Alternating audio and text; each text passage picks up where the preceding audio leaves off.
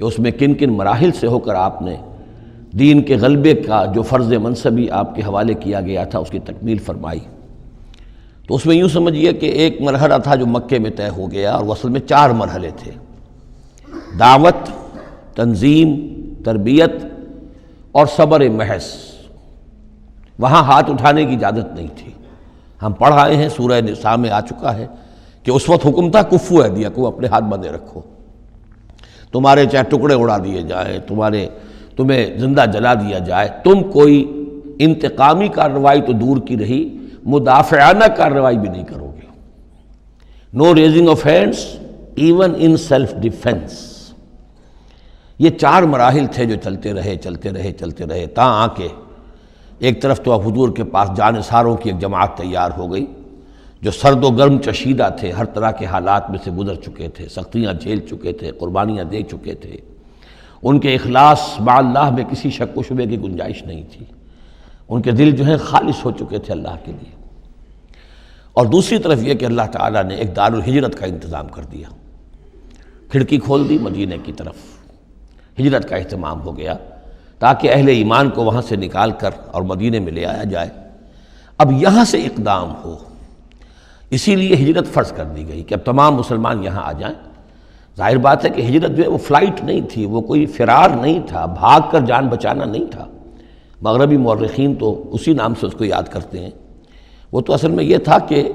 ایک جگہ اگر اس کام کے لیے موضوع نہیں ہے تو کوئی اور بیس، آلٹرنیٹ بیس اگر مل جائے تو وہاں سے اپنا آفینسو جو ہے، آخری فیصلہ کن اقدام جو ہے وہاں سے لانچ کیا جائے۔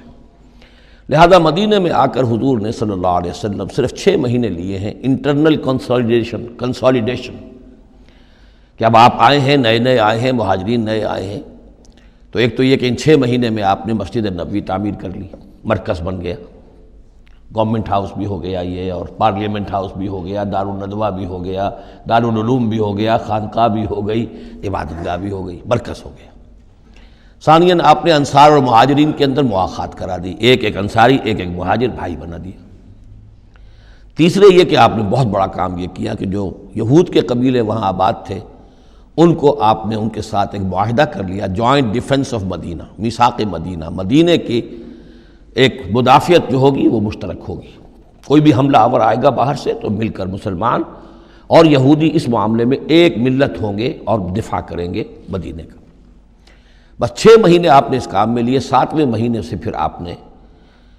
کچھ چھوٹے دستے بھیجنے شروع کر دیے، چھاپا مار دستے سمجھ لیجئے، کہ جس سے وہ جو کیروان روٹس تھے، قریش کی لائف لائن یہی تھی، ان کا تجارتی سلسلہ تھا، شام کی طرف قافلے جو جاتے تھے وہ بدر سے ہو کر گزرتے تھے، بدر کے قریب سے، اور بدر جو ہے مدینہ سے قریب تر تھا، مکے سے فاصلہ زیادہ ہے، اور جو قافلے جاتے تھے یمن کو وہ طائف سے ہو کر گزرتے تھے۔ تو آپ نے ان راستوں کے اوپر چھاپا مار دستے بھیجنے شروع کر دیے۔ جدید اصطلاح میں اس کو یہ کہا جائے گا کہ اکنامک بلاکیڈ آف مکہ۔ 8 ایسی مہمیں غزوہ بدر سے پہلے ثابت ہیں 1.5 سال کے اندر۔ 6 مہینے آپ نے وہ لیے، 1.5 سال اور 2 سال کے بعد غزوہ بدر ہو گیا ہے۔ تو یہ 1.5 سال میں 8 مہمیں، جن میں سے 4 میں کہ حضور خود بھی بنفس نفیس شریک رہے ہیں، اس لیے وہ غزوات کہلاتے ہیں، اور 4 وہ ہیں کہ جن میں آپ نے صرف کچھ لوگوں کو بھیج دیا ہے کسی امیر کے تحت، وہ سرایا کہلاتے ہیں۔ تو یہ جو صورتحال ہوئی، اور اس میں یہ بھی ہوا کہ حضور جہاں جاتے تھے خود،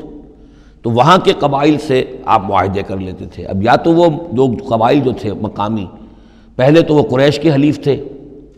اب یا تو وہ حضور کے حلیف ہو گئے، مسلمانوں کے حلیف ہو گئے، تو قریش کی طاقت کم ہوئی، مسلمانوں کی بڑھ گئی، یا یہ ہے کہ وہ نیوٹرل ہو گئے کہ ہم نہ قریش کی مدد کریں گے آپ کے خلاف، نہ آپ کی مدد کریں گے قریش کے خلاف، نیوٹرل ہو گئے۔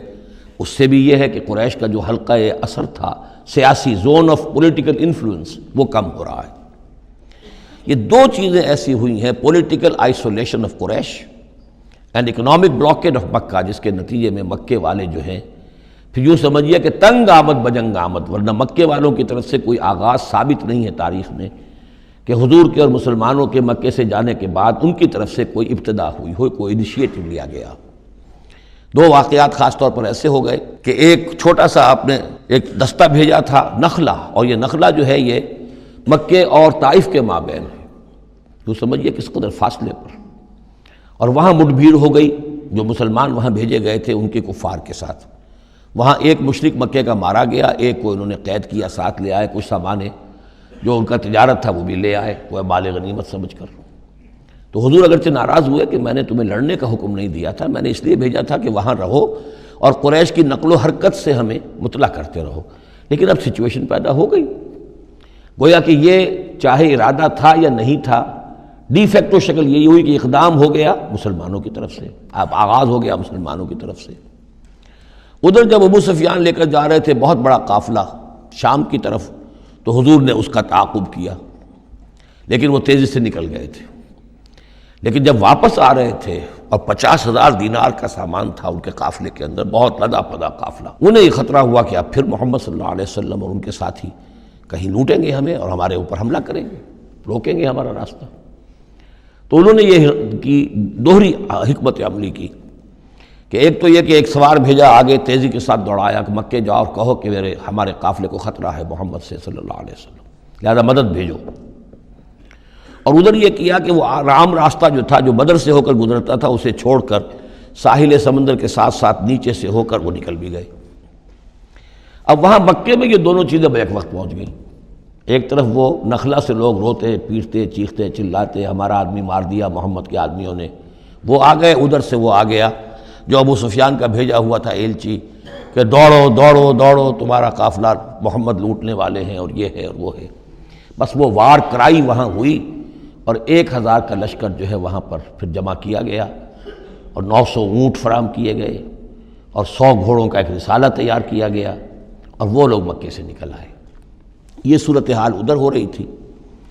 ادھر یہ ہے کہ حضور صلی اللہ علیہ وسلم نے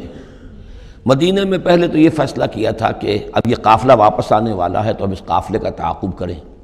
ابھی جنگ وغیرہ کا آپ کو گمان نہیں تھا، ابھی مدینہ ہی میں آپ نے یہ جو ہے اس ایسا ارادہ ظاہر کیا کہ جیسے پہلے بھی گئے تھے جب قافلہ جا رہا تھا شام کی طرف تو تعاقب کیا تھا، ایسے جب آ رہا ہے تو اسے انٹرسیپٹ کریں۔ لہذا ایک تو مشاورت ہوئی ہے مدینہ میں، آیا چلنا چاہیے یا نہیں چلنا چاہیے وہ میں بعد میں عرض کروں گا جب ہم آیتیں پڑھیں گے۔ پھر جب کچھ لوگ نکل آئے اور یہ نہیں سمجھا گیا تھا کہ کوئی جنگ ہونی ہے، کوئی بڑا لشکر آ رہا ہے، اس وقت تک اطلاع نہیں تھی، اسی لیے بس جو جس کے ہاتھ میں آیا، کسی کے پاس نیزہ تھا، کسی کے پاس کچھ اور تھا، تلواریں 8 تھیں، گھوڑے کل 2 تھے، وہ چل پڑے۔ چلو اس لیے کہ مسئلہ تو قافلے کا مسئلہ ہے نا، کوئی جنگ تو ہے نہیں، کوئی لشکر وشکر تو آ نہیں رہا۔ جب آپ کچھ سفر طے کر کے مقام صفرا تک پہنچ گئے تو وہاں وحی آ گئی اور آپ کو اطلاع بھی پہنچ گئی، اطلاع بھی پہنچ گئی کہ ابو جہل جو ہے 1,000 کا لشکر لے کر مکے سے چل پڑا ہے، اور وحی بھی آ گئی، اللہ نے بتا دیا کہ اے نبی اب یہ 2 شکلیں ہیں، جنوب سے مکے کی طرف سے ایک لشکر آ رہا ہے کیل کانٹے سے لیس ہے، شمال سے قافلہ آ رہا ہے، اور میرا یہ وعدہ ہے کہ ان دونوں میں سے ایک ضرور تم کو دے دوں گا، تم کو فتح حاصل ہو جائے گی، یہ میرے اہل ایمان کو بتا دیجئے اور ذرا مشورہ کیجئے۔ تو دوسری مشاورت جو ہے وہ مدینے سے نکل کر ہوئی ہے مقام صفرا میں۔ یہ اصل میں جو چیزیں اگر سامنے نہ ہوں تو پھر یہ بہت خلجان ہوتا ہے، اور اکثر لوگوں کو، مترجمین کو اور مفسرین کو بہت خلجان رہا ہے ان آیات کے سمجھنے میں۔